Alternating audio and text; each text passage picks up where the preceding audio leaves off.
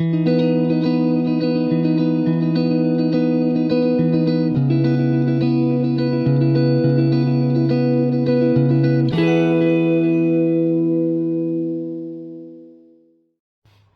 beautiful creatures of the world, and welcome back to Coffee with Kerri-Lynn. It is a fine fall day here in the far north of Maine. It's early. Fall has arrived. We have been down in the low 40s every night, and we have not gotten above 53 degrees during the day. Up along the Canadian border in the Crown of Maine, but it's okay because it's all going to change. Thursday, Friday, and Saturday, if you are vacationing here in the Crown of Maine, your luck is going to change at the end of the week. We are going to be above 80 degrees for at least 3 days. If you don't like the weather, just wait a minute. It's going to change. I hope everyone is enjoying what's left of their sunny summer days. I hope you're having days filled with fabulosity and good coffee, because everybody needs good coffee to get through their day. We do here on the homestead because we're going into our fall chores. We're picking off the garden. We're doing some preserving. I'm by myself this year to do it. Joy of joys. I did lose a significant amount of gardening space because we had to store lumber for my fiber studio, which I will be in by the end of next month. It's been promised to me, and I'm holding him to that promise. It's just everything all at once, isn't it? All the time. Ladies and gentlemen, beautiful creatures of the world, who's watching the debate tonight? And no, I'm not doing a debate party. I'm sorry. Everybody asks whenever something big political comes up if I'll do a live debate party. A live party on the whatever political thing is, a watch party, you know. I'm not doing it. Sorry, guys. There are a couple reasons for it. Number one, I don't have a studio. So we have to do it in our home in the small corner of my kitchen that I'm relegated to do all my podcasting and run my small fiber business out of. And at night, people like to relax. There's more than me that lives here on the homestead. And I do take into consideration everybody's needs, wants, and desires. And sometimes that means that I can't do things that I would really like to do. Second reason, I can only have 25 people on a watch party because I don't have 500 subscribers and 3,000 watch hours. So as soon as I get 500 subscribers and 2,000 more watch hours, we will be able to do lives where everybody can participate in. But until that time, I can only have 25 people on a live with me, and that live is heavily monitored by this lovely platform here, YouTube, and to make sure no mistakes are made and certain things aren't said, whether it be in the comment section below or me. Sometimes I get pretty feisty when I watch the debates and all the political things live. So for 4 years, since 2020, I have been in the comment section watching these live political events on Timcast IRL's channel. So go on over to Tim Pool's channel. I'm in the comment section. I make comments. You'll see it, Coffee with Kerri-Lynn. I'll be in there tonight as well. And I make comments and I hang out in his comment section with 100,000 other people that are watching on his channel. So go on over there. He's having another presidential watch party, and we have a great time over there. Join us. Ladies and gentlemen, beautiful creatures of the world, let's go over some of the rules of the debate. And that would be, it is going to be a 90-minute debate. Each candidate will have 2 minutes to answer their questions. They will have 2 minutes for a rebuttal, and then they will have an additional 1 minute each for a follow-up or clarification. There will be no live audience because Kamala Harris can't handle it. They will both stand through the entirety of the debate. That is a very important thing because Kamala Harris wanted everybody sitting down at a desk or whatever, like when she did her debate with Pence. They were both sitting, and she wanted that again, and that's not going to happen. She's a fidgety woman, and I don't think she can stand still and tall and presidential-like. Sitting down's a little bit easier for her because she can hide, she can cross and uncross her legs. She can wiggle around a little more, and it looks kind of normal when you're sitting down. But when you do those things standing up, you look like you got issues. We all know she's got issues, but it'll be quite evident. I don't think she can stand presidentially. If you have watched her stand at the podium the last few weeks and give her rally talks, she's everywhere. Anyways, everybody will be standing tonight, and the microphones will be muted when it is not the candidate's turn to have their say. And I mean, pretty basic. Looks like we're only getting one presidential debate, though. And they have hidden Kamala Harris for the last few days. I think they locked her up in a hotel room with a Trump impersonator, actually. And somebody who's going to give her a hard time to try to get her to settle down, especially that hideous cackling laugh. I think it's nervous laughter. I don't think she's good at public speaking. She's an orator, but she's not good at public speaking. I shouldn't say that. That's mean. But I did. So they have it. It's live. Pre-recorded. Anyways, I am hoping that we see the old Trump. I really am. I'm hoping that the new Trump that has been around is a little more thoughtful and a little more gracious. And I think he needs to wipe the floor with her. Quite frankly, I think he needs to go tough on her, especially with this stinking open border policy that she now claims she's going to fix once she becomes president. But she has had 4 stinking years to fix it. She is the border czar, no matter what they say. She had no policies on her campaign website until about maybe 3 or 4 days ago. I think it was last week. They started putting up her policies, which are basically a ripoff of Donald Trump's policies. Extra child tax credits, no taxing the tips for servers. I mean, it's just rolling out whatever he says. She has mimicked, and she has absolutely sworn she will take care of that border when she's president. I don't know. I don't think so. I think she's a stinking liar. That's what I think she is. And I don't think that she has the wherewithal, the stamina to be president of the United States. She can barely be vice president without these weird little tics that she has, like that nervous laughter. And what's that phrase that she uses? I can't even remember it. It's so stupid. What will be, what will has been, I don't know. It's so dumb I can't even remember the damn thing.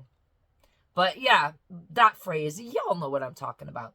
And she just comes out with these isms.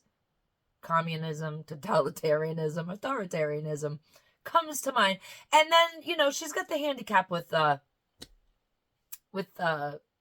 Commie Walls there. His family won't even vote for him. They're all voting for Trump. They have t-shirts and they're in front of a big Trump 2024 flag. His own stinking family does not want him as vice president of the United States of America.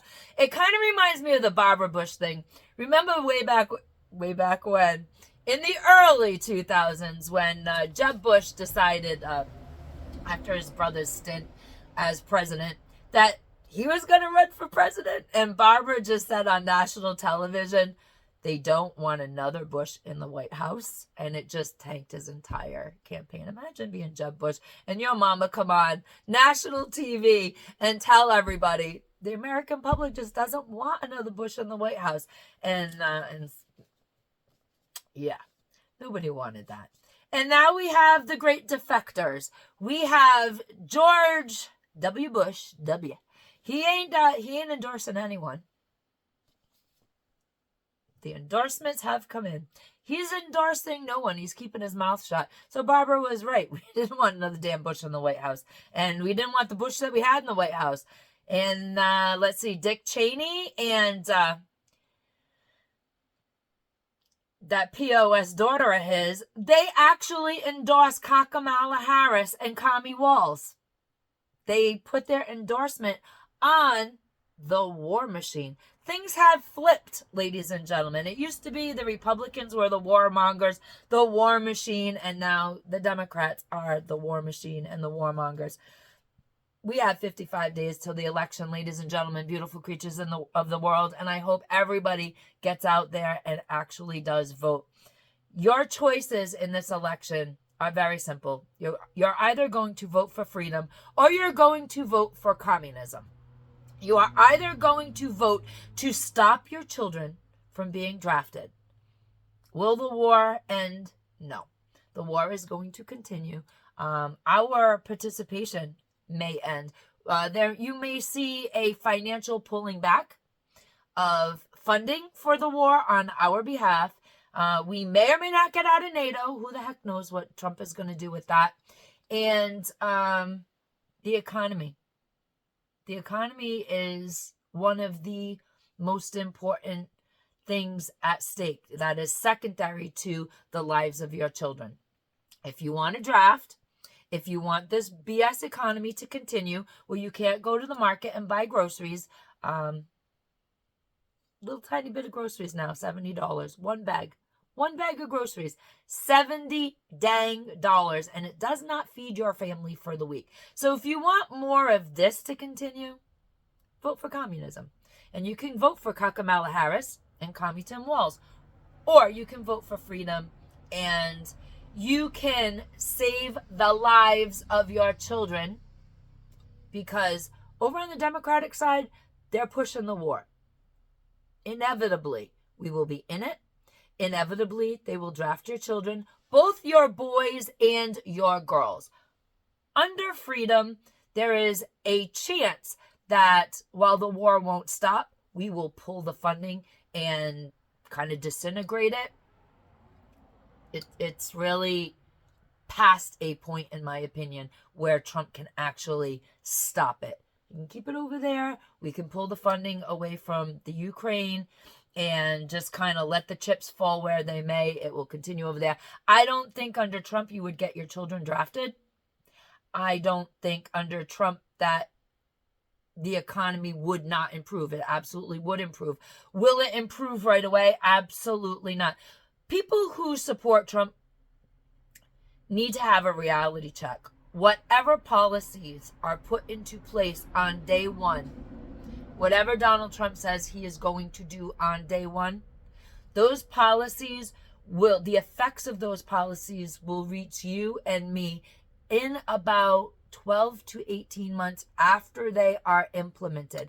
You are not going to wake up miraculously the day after the inauguration and it's going to be butterflies and rainbows and you're going to go to the grocery store and everything's going to be back to normal. They can't rewind the clock like that. Whatever time it takes to get us where we are, it's going to take a significant amount of time to get us back to where we were. These things do not happen overnight. They are not a flash in the pan. They are not, this isn't go wish upon a star and the next day things happen in the world. In real time, it will take about a quarter to halfway through his presidency that you will actually be seeing changes, but changes you will be seeing. And those are your choices. I don't care who you vote for. Go vote for whoever the hell you want to vote for. If you want freedom, you'll vote one way. If you want communism, totalitarianism, authoritarianism, you will vote the other way. And then I don't want to hear nobody complaining about what they get. Is it going to be in a perfect world? Let's put it this way. In a perfect world, November 5th happens and there's peace throughout the land. We do not live in a perfect world. So no matter what way you're going to vote, no matter what way I'm going to vote, and I'll tell you I'm voting for Trump. I voted for him last 2 times, and I will vote for him again. because life was better under Donald Trump. Life was better under the Trump policies. And, coming off of that 8-year Obama run, I was not about to do a Hillary Clinton run. It was hard. It was hard under Obama, the Obama-Biden administration for 8 years. And things eased up and leveled out under Trump, and we had 4 great years, and we wanted 4 great more years, and it just kind of didn't happen. COVID happened. Things fell apart. Planned or unplanned, these things tend to happen. And now we're going to go in it again, and I will be voting for Trump. And there you have it. I don't care who the hell knows. If you vote for communism, honestly, I hope you deserve every ounce of pain that I hope you get if you vote for communism. And that's my sentiments on that. My great-grandparents came from communism. They came from communist Poland. They were immigrants to this country. They came through Ellis Island. They had sponsors.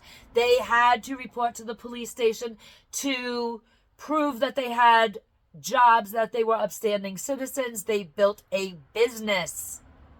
They built a business, and they realized the American dream. And that American dream has lasted for 3 generations in my family. And that's what I'm going to say on that. And we live a good life. And it all started with my great-grandparents. I believe in the American dream. I believe in freedom.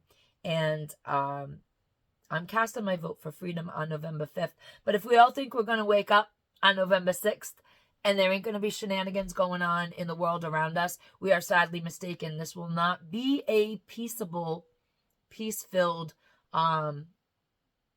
election season. It's just not going to be. You're going to cast your vote, and on November 6th, when it's all decided, you're going to have one very disappointed side. And if it is the communist side,